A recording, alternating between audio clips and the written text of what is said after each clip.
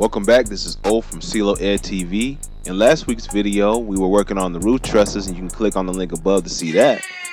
In this video, we're going to get into some painting, and like I said, a lot of the videos and footage we'll be going over different skill sets. Here, I'm just adding some outdoor green paint, and this paint really spruced up the whole patio cover. And I really like how that green matched my aesthetics of my home, and I really love how it turned out. So here I'm just adding paint to the roof trusses. This is going to be a disassembly or removable patio cover, non-permanent above ground surface. So I wanted to make it in sections and that each section be pre-painted, and that will make assembly much easier, or disassembly. So here I'm adding the same paint to the main parts of the main structure of the patio cover, and you'll be able to see a huge difference versus that bare paint. And this is that upcycled pallet wood. Okay, these are the 4x4 beams, and as you can see, wow, look at the difference. Over there on the right hand side, I have bare wood there, and also you can see the painted wood, so you can see the difference. And here is the upcycled wood, and you can see the difference of that being painted as well. So now that everything's pre-painted to what I need it to be, we're going to go ahead and start erecting each side. Now, the inside part I didn't paint yet because I ran out of paint, and later on in probably in the next couple videos, you will see that side painted. Now, these techniques I'm showing you is if you don't have a partner or somebody to assist you and you have to erect walls, you can do the same thing if this was actually a frame wall for like a small cabin or something. You just create an extra arm, lift it, and then support it. Now here I'm measuring the distance from the house, and I'm making sure that everything's erected and level as it should be. So making sure the angles are correct, and I'm just showing here the support beams that keeps this nice and even at the right angle.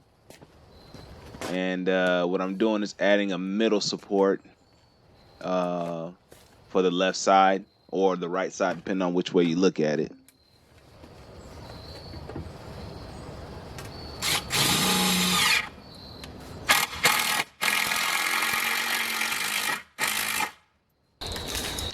And basically I have to do the same thing to the other side. Now the cross beams are also pre-painted, which I did not film. And what I'm going to do is actually add those cross beams once I get this lifted up and set up, just like the first U-shaped frame. And here I am adding those supports to the same other side. Lost a little bit of daylight as it got dark, but you know, sometimes you got to keep trucking and keep working.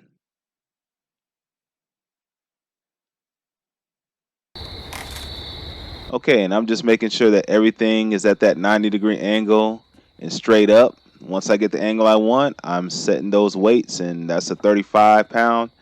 Setting that weight up there just to keep it held steady.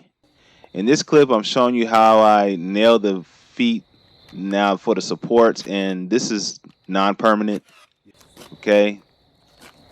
And you can kind of see the setup as I'm putting it together. So this is what you do if you do not have a person to hold up the posts for your patio cover. You build supports. And this concept still works as if you were going to build like a small cabin or a small house. You could use these supports to hold up a side of a wall. All right, and these are pretty much a specific type of screws that I believe they're used for framing, and this is the part that I was discussing before to make it a non-permanent assembly. And then here I'm just adding more supports, cross supports for each side. Now I'm switching to the Ryobi nail gun. Really love that gun. If you would like to check that gun out, links will be in the description. And here I'm just showing a preview of what's going to be on the next video. You can see how the entire gazebo / patio cover is shaping up, and I will be adding the trusses. We'll also be making concrete footings for each post. Appreciate you tuning in. See you on the next video. Take care.